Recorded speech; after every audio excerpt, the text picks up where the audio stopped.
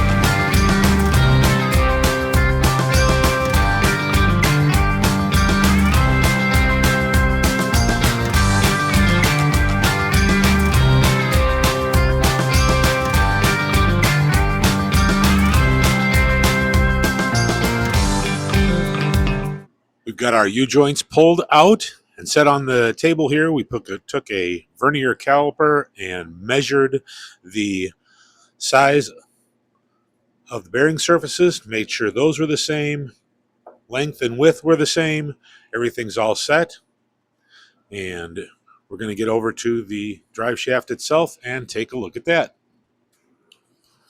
Here we've got our drive shaft out, and we're taking a look at that. Pulled that off the rack. We painted that in the drive shaft cleaning video last year.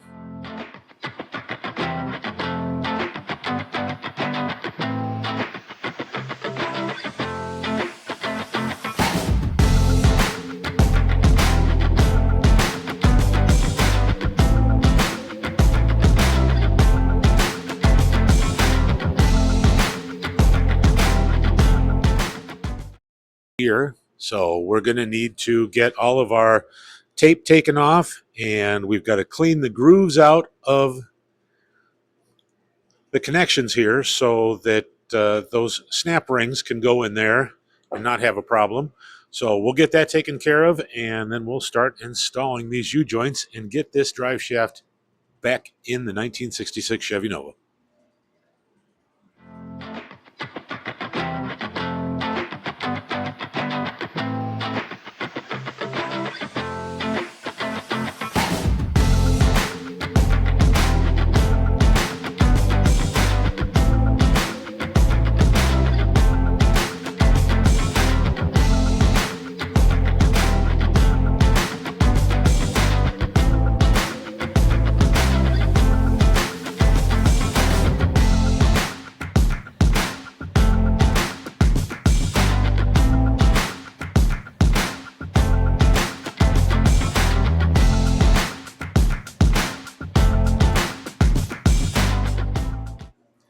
We definitely need to figure out what kind of grease comes in the Moog U-joints, because we don't want to add grease to it that is a different composition and have it react badly with whatever comes there. So we'll do a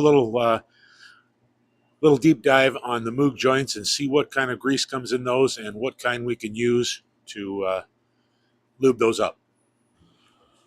We've got our tool set out to install the U-joint into the drive shaft. Now, there are multiple different ways of installing U-joints. I find that using a aluminum rod, a piece of aluminum, something softer than the end caps on the U-joint works best for me. But you should go online, do some research, find the way that best shows you how to do it that'll work in your shop. One thing that I do want to stress is these surfaces right here. Those surfaces should be cleaned and there shouldn't be any rust on them. You know, in a pinch, if you've got to put something in on the trail or on the side of the road, yeah, you can't do that. But if you're doing it in a shop, clean those surfaces up and those U-joints will slide right in so much easier. I wasn't getting the pressure I was looking for over on the ground, so I brought it over to the bench, put it up in my vise, and squeezed the end caps into the U-joint. Seemed to work out a whole lot better.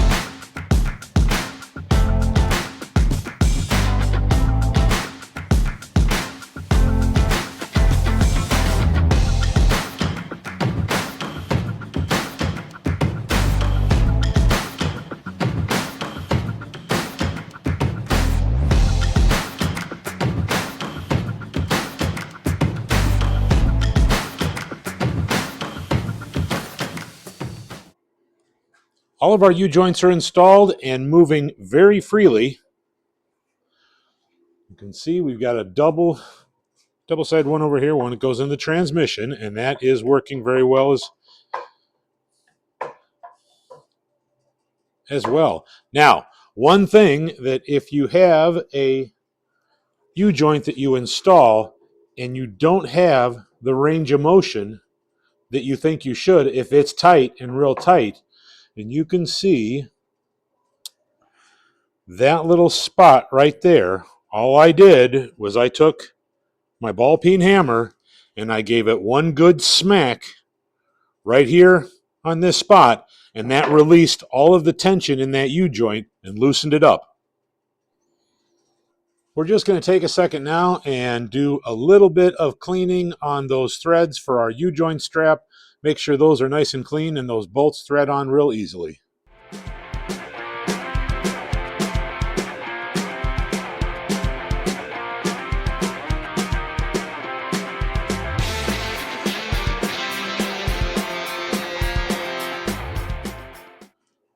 We've got the drive shaft ready to go in. I'm going to get down there. I'll do my best to get you a line of sight where you'll see that go in. You know, one of the things that we thought about when we put the 200 R4 transmission in was that it was the same size as the Power Glide 2-speed transmission that came out of it.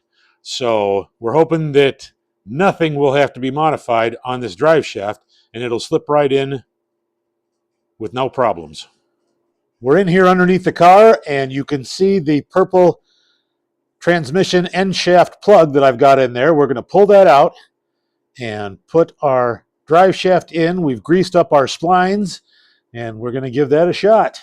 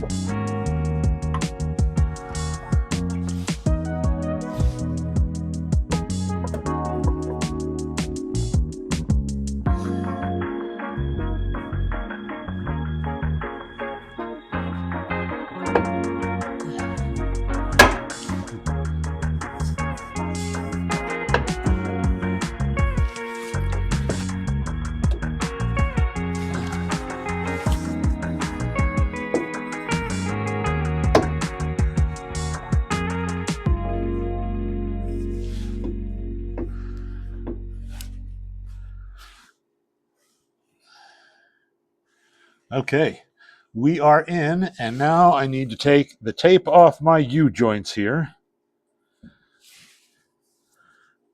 That drive shaft does not turn, almost like it's in gear or something, so we're going to have to do it with the wheels, which is just fine. And get this tape off of here.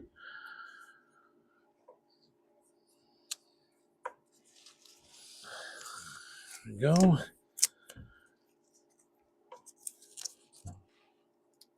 And get this sucker installed.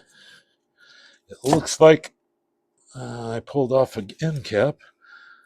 Make sure we don't have any needle bearings here that are going to cause a problem.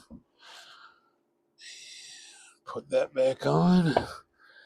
And let's see if we can. There we go. And let's see.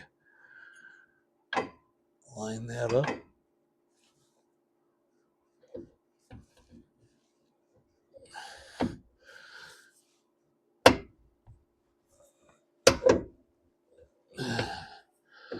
All right, so what we're going to do is we're going to get in here with a light, and I want to check my U-joint here, or not my U-joint, my connection here, and make sure that,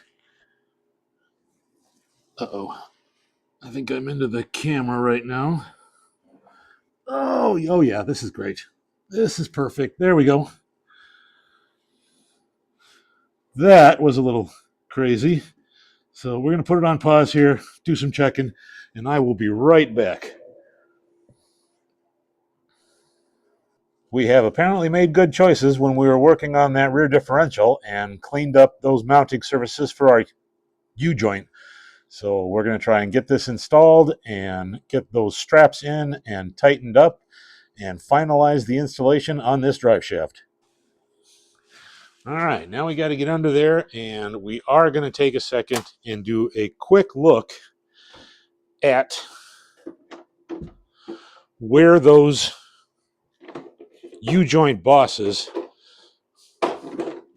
mount up on that differential, and I want to make sure that we don't have any crud stuck in those mounting surfaces.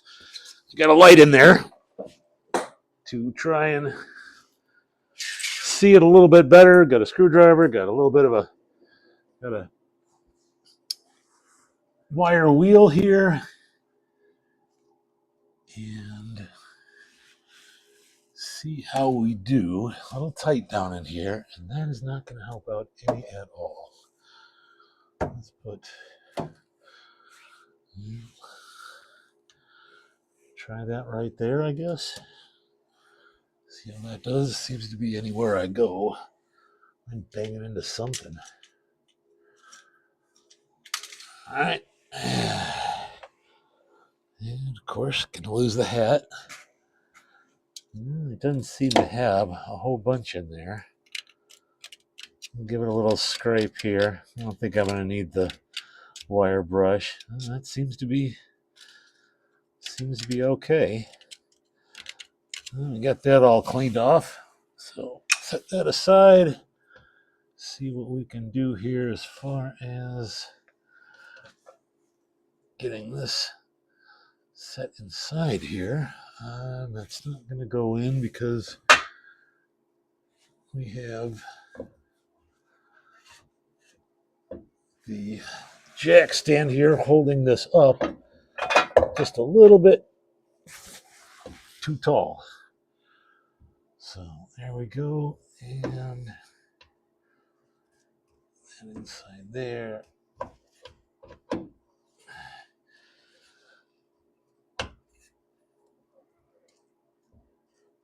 There. Now we have our U-joints. U-joint straps. And it looks like, yeah, let's try and put them in upside down, backwards. That's always a great idea, because that's going to help immensely. Get a nut and a bolt here. And we're going to have to take this thing out of park.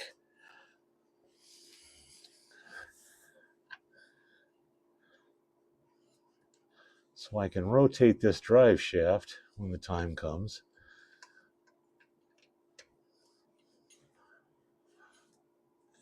I'm going to need my light here in just a second so I can make darn sure that we're seated properly.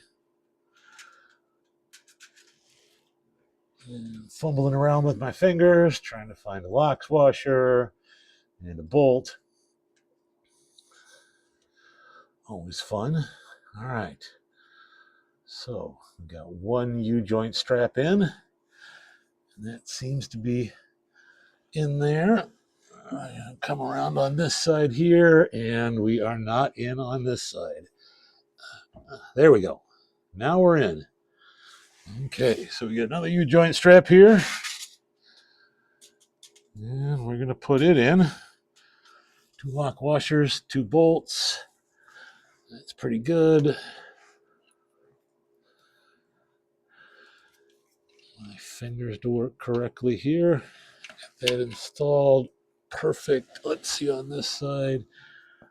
We are still seated properly.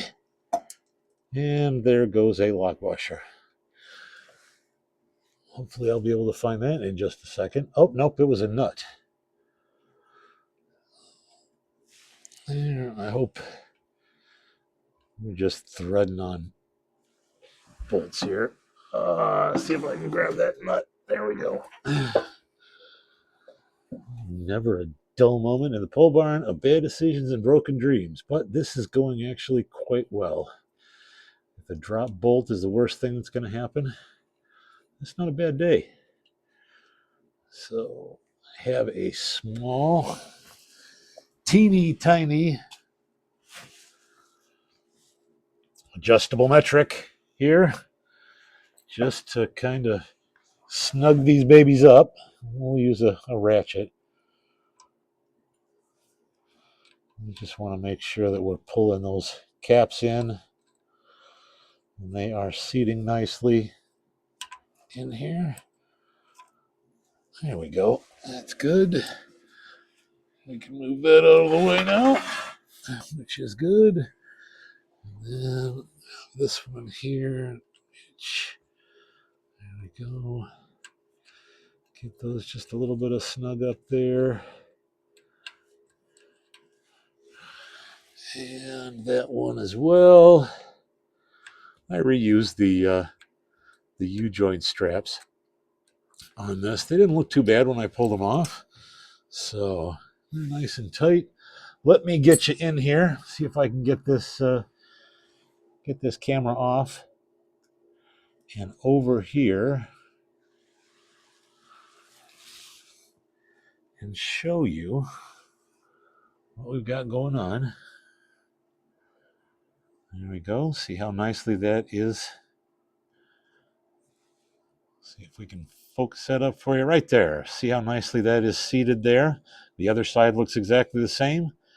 We're good on our drive shaft installation. It fits. We've got